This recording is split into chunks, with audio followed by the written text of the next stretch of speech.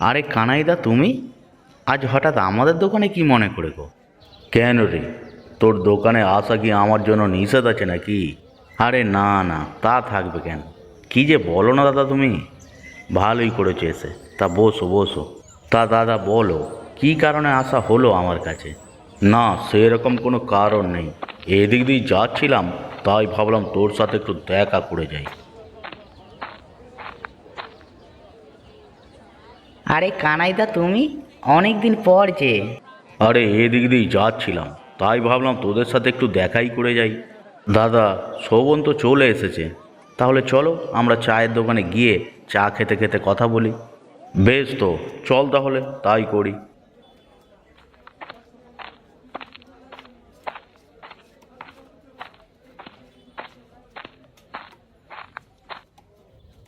এই রঘু, দুটো চা দে কেমন?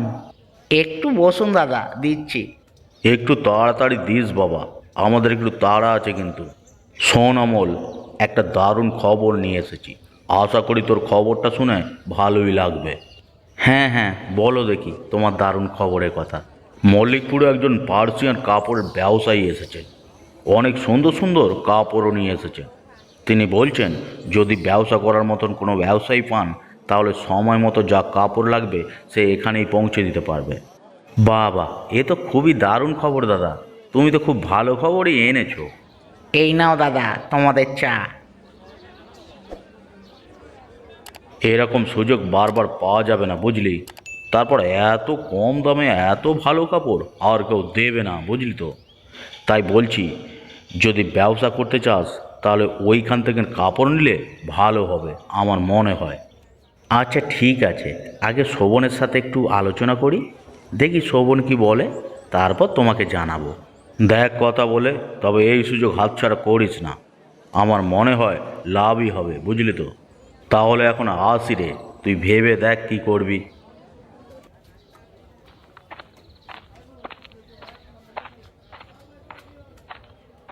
কি বলছে কানাইদা? কি আর বলবে, ওই মল্লিকপুরে নাকি এক বড় কাপড়ের ব্যবসায়ী এসেছেন। সে নাকি কম দামে ভালো কাপড় দেবে এবং যা কাপড় লাগবে তা ঠিক সময় মতো পাঠিয়ে দেবে। তার কাছ থেকে কাপড় কেনার কথা বলছিল আর কি। যা করবে ভেবে চিন্তে করো দাদা। তুমি আমার থেকে বড়, তুমি ভালো বোঝো আরো আমার থেকে। তোমাকে আমি কোনো কাজে বারণ করব না। আমি যাই কিছুই করি না কেন, তোর মতামত ছাড়া তো কিছু করব না, এটা তুই ভালো করেই জানিস। আর একা একা নেওয়ার সিদ্ধান্ত তো অনেক সময় ভুলও হয়ে যায়, তাই না? কানাইদার লোকটা খুব একটা সুবিধের নয়, বুঝলে? তার কাজ হলো যেখানে একটু কমিশন পাবে তার হয়ে কাজ করা। হ্যাঁ, আমিও তো সেটাই জানি রে। আমি তো দোকানে তাকে প্রথম দেখে অবাক হয়ে গিয়েছিলাম যে হঠাৎ আমাদের দোকানে কেন এসেছে আবার। তারপরে তো বুঝলাম যে না, কোনো মতলবই এসেছে। তোমার যদি মনে হয় তুমি একবার মল্লিকপুর গিয়ে দেখে আসতে পারো। ঠিকই বলেছিস। ঠিক আছে, কাল তাহলে আমি একবার মল্লিকপুর থেকে ঘুরে আসি আর দেখে আসি কেমন কাপড় আর কীরকম দাম নেবে। যদি তেমন হয় তাহলে পরে দেখা যাবে। আমার মতে এটা করলেই ভালো হবে মনে হয়। বেশ বেশ। আচ্ছা শোন, আমি তাহলে এখন আর দোকানে বসছি না, একটু বাজারে কাজ আছে। ওখান থেকে কাজ সেরে একেবারে বাড়িতে চলে যাব। তুই তাহলে সময় হলে দোকান বন্ধ করে চলে আসিস, কেমন? ঠিক আছে দাদা, যাও তাহলে। আর বৌদিকে বলো রাতে আমার জন্য যেন আলুর চপ বানিয়ে রাখে।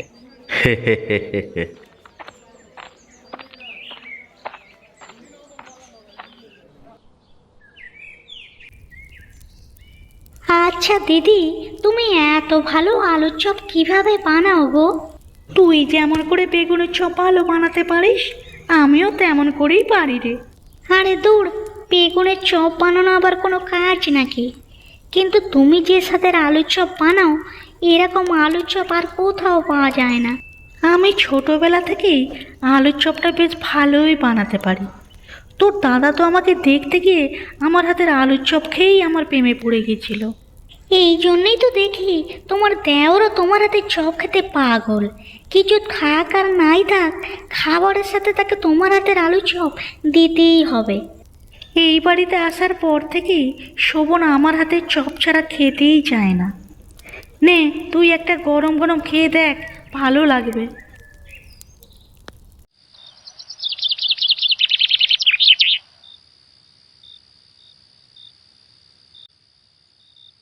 তোমাদের আসতে এত দেরি হলো কেন আজ? মনিকা তো বসে থাকতে থাকতে ঘরে গিয়ে ঘুমিয়ে পড়লো।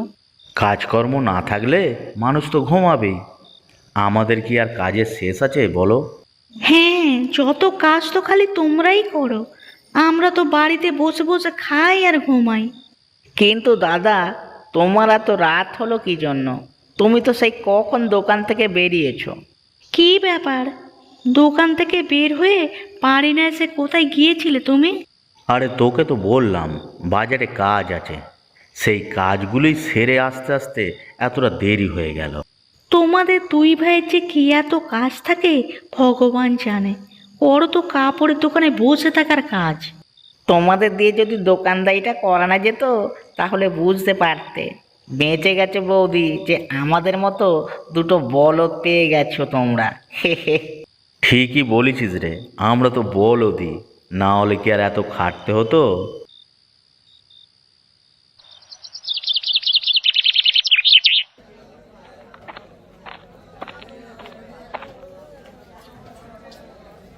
সে কি রে, দোকানের সামনে তো ভিড় কেন? কিছু হলো নাকি?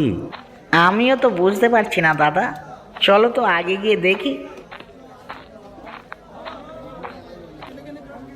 এ কি, হায় হায়, হায় হায়, এ কি হলো আমার? আমার যে সব শেষ হয়ে গেল, এ কি হলো আমার? এসব কি করে হলো রে অমল? আমার তো দেখে খুব খারাপ লাগছে রে।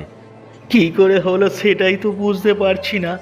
আমরা এসে দেখি এরকম সব কিছু পুরো ছাই হয়ে গেছে। টাকা কড়ি যা ছিল সব তো দোকানের ড্রয়ারই রাখা ছিল, সেগুলিও তো পুরো ছাই হয়ে গেছে।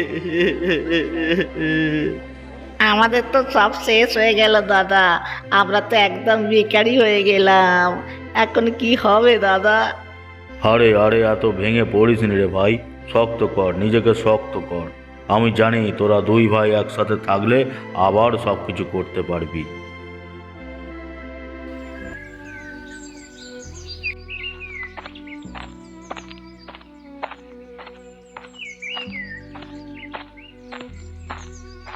কি গো, তুমি শুয়ে আছো ভিতরে আর আমি তোমাকে বাইরে খুঁজে বেড়াচ্ছি। কিছুই ভালো লাগছে না গিন্নি, মনের ভিতরটা শুধু ধড়ফড় করছে। কি করে কি করব কিছুই তো বুঝতে পারছি না। যা হওয়ার তা তো হয়েই গেছে, এখন আর এত চিন্তা করে কি লাভ বলো? এতে তো শরীর খারাপ করবে। চিন্তা কি আর সাদে আসে গিন্নি?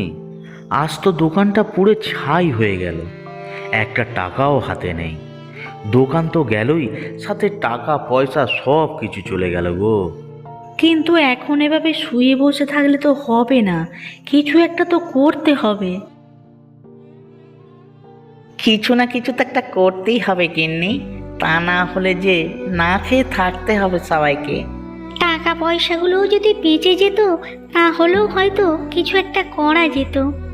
ভুল তো ওখানেই করেছি গো, মাল আনাচ্ছিল, তাই তো সব টাকা হিসাব করে ড্রয়ারে রাখা ছিল।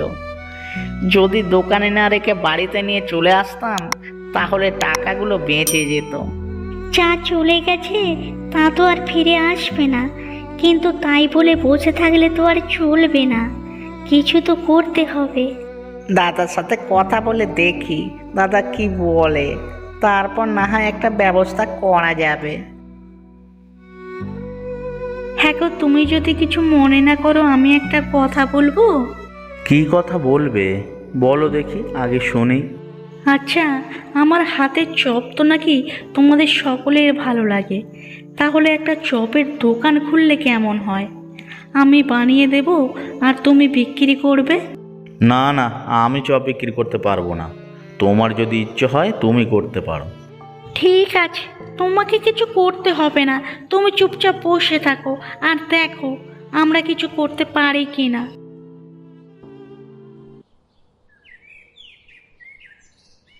শোন শোভন, আমি আর মিনা চপ বানিয়ে দেব আর তুই শুধু বিক্রি করবি, পারবি না তুই? কি যে বলো বৌদি, কেন পারবো না? এতদিন না হয় জামা কাপড় বিক্রি করতাম, কত করে টাকা নিতাম, এখন না হয় সব বিক্রি করে 2-4 টাকা নেব। ছোট থেকেই আস্তে আস্তে বড় হতে হয়। তুমি পারবে কিনা ঠিক করে বলো। অবশ্যই পারবো, তোমরা শুধু বানিয়ে দাও না, তারপর দেখো আমি কিভাবে বিক্রি করি। চল ছোট, আমরা তাহলে রান্নাঘরে গিয়ে কাজ শুরু করে দিই।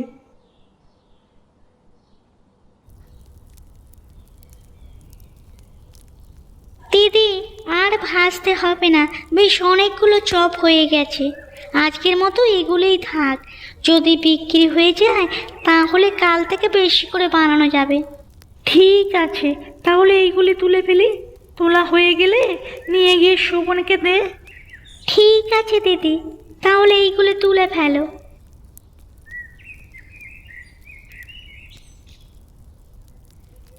দিদি, আমি তাহলে এইগুলি দিয়ে আসি তোমার ভাইকে।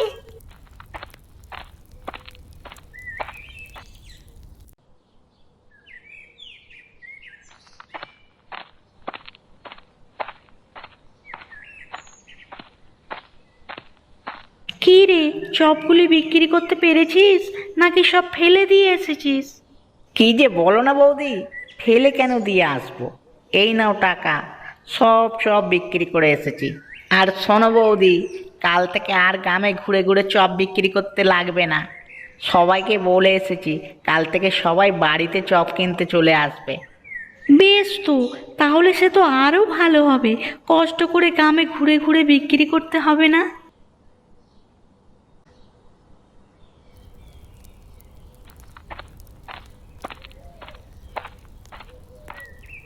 আমি বুঝতে পারিনি তোমার হাতে চপ লোকে এত পছন্দ করবে, তাই অবহেলা করে তোমাকে কোনো কাজে সাহায্য করিনি। আমাকে তুমি ক্ষমা করে দিও গো। কি যে বলো না, এইসব কি আমি আমার জন্য করছি নাকি আমাদের জন্য করছি? হ্যাঁ দাদা, এতদিন তো আপনারাই কাজ করেছেন, আমাদের তো কিছু করার দরকারই হয়নি। কিন্তু এখন এই খারাপ সময় আমরা দুই বোনে আপনাদের পাশে দাঁড়াতে পেরেছি, এর থেকে আর আনন্দের কী হতে পারে। চাও চাও, এখানে দাঁড়িয়ে না থেকে শোভনকে একটু সাহায্য করো তো দেখি। পাগলটা একা একা সব সামলাতে গিয়ে হিমশিম খাচ্ছে। হ্যাঁ হ্যাঁ, যাচ্ছি যাচ্ছি।